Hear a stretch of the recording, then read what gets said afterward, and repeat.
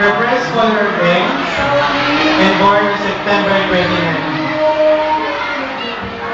She resides at Block 8, Lot 62, Barangay de las Alas, Jamie Cavite. Her mother's name is Alona Ibanawa, and her father is Jonathan Diaz. She's in grade 3, and her advisor is Mrs. Arqueta. Favorite subject, English, and her hobbies is collecting Barbie.